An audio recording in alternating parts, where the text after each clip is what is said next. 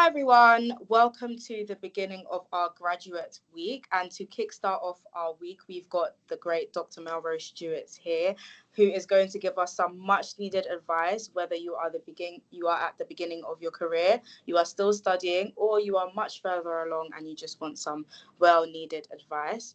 So to start off with our questions, could you please give us a summary of your career successes to date?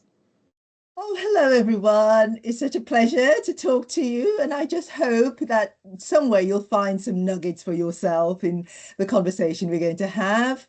Oh my gosh, to summarize my career to date, it's been a long journey. If I say to you, I'm in my 50th decade of my career, it gives you an idea. I'm celebrating gold this year. So, yeah, it's been a very long journey, a very tumultuous one, an exciting one. I qualified in 1975. You weren't even born then, most of you. All of you, grandparents. I could be your grandmother. So, yeah, 1975. I was one of perhaps the first Black physiotherapists in Bristol. I qualified in Bristol, a 3-year course in physiotherapy. I lived in Birmingham, came back to Birmingham, and worked at the QE hospital. Soon was promoted to a senior position. And I'm doing this very quickly because it's such a long time to summarize. I became a physiotherapy teacher about 3 years after graduating because I was invited to. I completed my master's in education. I also completed my PhD. I was the first, I was a co-convener of the BAME group. I know a lot of people don't like that term, the Black and Minority Ethnic Network, for the Chartered Society of Physiotherapy. The Chartered Society of Physiotherapy is about 60,000. It's a membership group for 60,000 physiotherapists in this country. We didn't have a network. So I started that back in the 90s, early 90s. It's now mushroomed. I became a lecturer at the University of Birmingham. I was an external lecturer for many universities, but a proud moment for me was when I was invited to be an external lecturer at the University of the West Indies. Of course, I'm Jamaican by birth, and so to go back to home and to talk and interact with physiotherapists in the place I was born was just amazing. I was also invited to do a Channel 4 television program, which was called Old People's Home for 4-year-olds, where my colleagues and I introduced 4-year-olds into an old people's home to combat loneliness and to increase activity.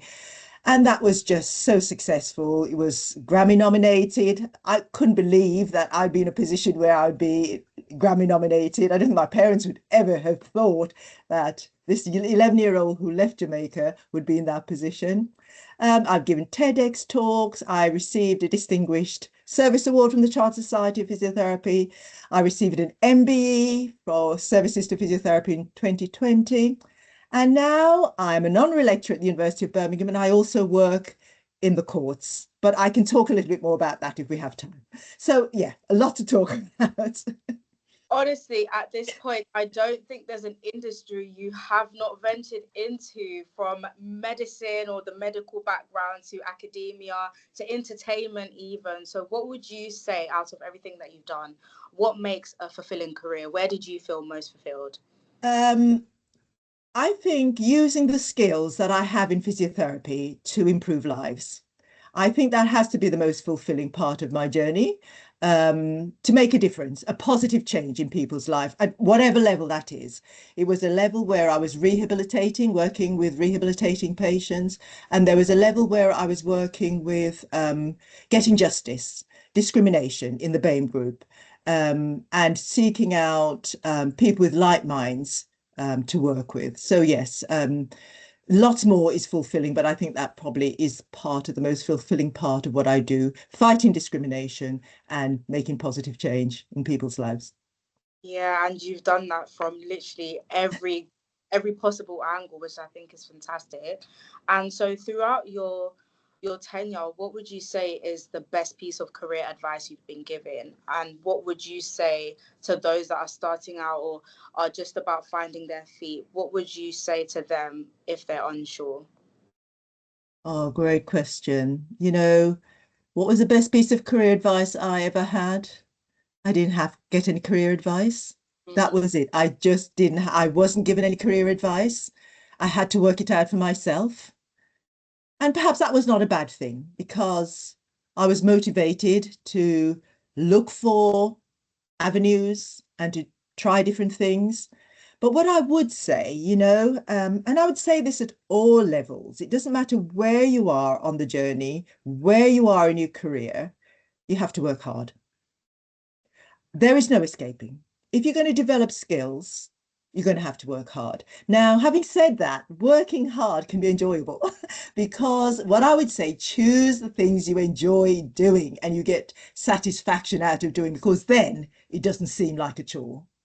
But you do have to work hard, build skills. It's not all about talk, People can talk a lot, but what can you action? What can you show? What outcomes can you demonstrate? That's crucial. Yeah. that's fantastic. And Mhm. now you've pioneered so many things throughout the course of your career. Would you say that the support that you've received along the way has helped, or would you say you have received support? Because as someone that started so many things for other people and where there wasn't many things in place for you, would you say the support from your peers was something that really helped project you as you continued on into your career? Yes, definitely. I think although I said I didn't get advice for my career, um, the support of family, friends, my partner have been, the most important inputs that I've had. Um, yes, I've had friends along the way and peers along the way, but I think family has always been the constant. They have been the motivating force in my life. Um, they've helped me to grow. They don't know necessarily what I'm doing. And this is the other thing, and I see what my children are doing, but I have no idea what it is they're doing in their career. But that doesn't matter. It's about searching, building, and working on the positives that you can get out of whatever you do. Yeah. So, just being there, family being there, friends being there for you, not necessarily understanding everything you do because my parents never did. But yeah, that they supported, and I think in particular, I pay tribute to my partner who's amazing. So yeah, he was my mentor, my friend, and so yeah, that was great. I was lucky in that respect. That's amazing. And being a lecturer and having been a professor, would you say, and also I guess working with young children, on your TV show, would you say that academia is something that you're really passionate about? And when you started becoming a physiotherapist, did you see the end of your career ending in academia where you were teaching others, or did you think you would still be, you know, working with people on a day to day as a physiotherapist? Mm. Another great question. I didn't see the trajectory that my career would take. And by the way, I'm not a professor. that I'm a lecturer, but professor is obviously has a specific job role in the university.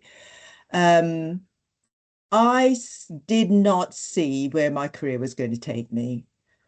It was always instilled in me from from my earliest age that knowledge is power. Academic study is crucial. If you want to make a difference, you've got to learn. There was no option, no choice. There is no way you can go through life without giving yourself knowledge, which in turn gives you choice, which in turn gives you opportunities, which allows you flexibility, freedom. Yeah, it's fundamental. And so from a very early age, my parents always said to me, work hard, work hard. And the classic you'll hear is that if you came home with a 9.5 out of 10, where's the other half? That's a classic. So we've all been there, done that. But I get it. And I guess I've tried to instill that in my own children. From whatever age, you talked about the 4-year-olds, we did the first program and we were concentrating on the older adults because they're the ones who were because it was about loneliness and as you age, losing the contacts that you have, partners die, etc. But we did that program, and then a lot of the feedback we had, they asked, what about the little ones? What about the children? And of course, it's a two-way learning situation, isn't it? And they were learning just as much through the connections they were making with older people as the older people were learning and connecting with them. So no matter what age you are, fundamental all the way through. And even now, I'm looking for more opportunities. It never stops. You keep learning, yeah? And, you know, it's mentally something that we should keep active. Just as I think physically we must maintain activity, you know, move it or lose it. I think it's the same thing with your mental capacity. I Keep agree. keep using it. Yeah. Definitely. And for my final question, Mhm. what would you say your top tips are for thriving in your chosen career? So for you specifically, doctor, that would be in physiotherapy or the medical field, and then just general advice for individuals in their own chosen career. What would you say your top tips for thriving are? And you've already given us a lot of gems, like, you know, you have to work hard and stay Yeah. focused. But is there anything specific that you have? I would say stay inspired, you Hmm. know, whatever you choose to do. Remember what I said about hard work doesn't seem like hard work when you're doing something that you believe in and love. Yeah, you can be, you know, people say, how do you do that? Are you spending 24/7 doing it? It's because you're getting a satisfaction out of doing. So stay inspired. Believe in that what you are doing is going to make a positive change in people's lives. Yeah, that it will bring about that change that will make impacts. Okay, so stay inspired, believe in what you're doing, quickly identify the people who have your back.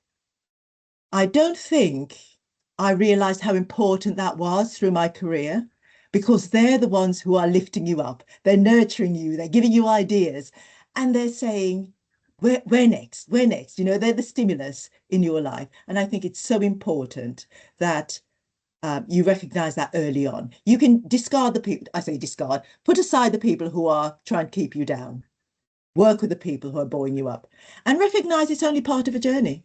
You know, um, things go wrong. It doesn't always go on an upward trajectory. You'll fall off the rail sometimes, but that's only a small part. It's a part of it. Pick yourself up, look for the next opportunity, and move on, especially today where there's just so much you can use and diversify your skills in. So, yeah, lots to think about and be inspired about.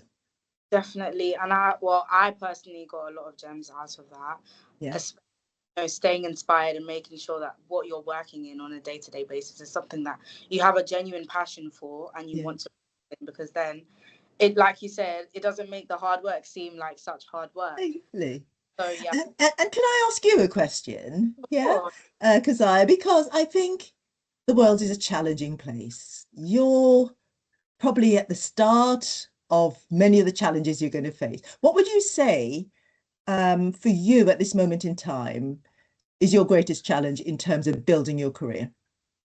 Well, I'd say my greatest challenge is definitely, well, with the job market, everyone knows it's quite difficult. And I think it's difficult as a graduate trying to find or strike the balance between wanting so desperately to be employed and not just taking the first thing that is available for fear of unemployment. And that's really difficult because I know a lot of young people find themselves stuck in roles that they have no desire to stay in or have no passion for, just because they don't want to be unemployed and they're worried for what the future has to bring.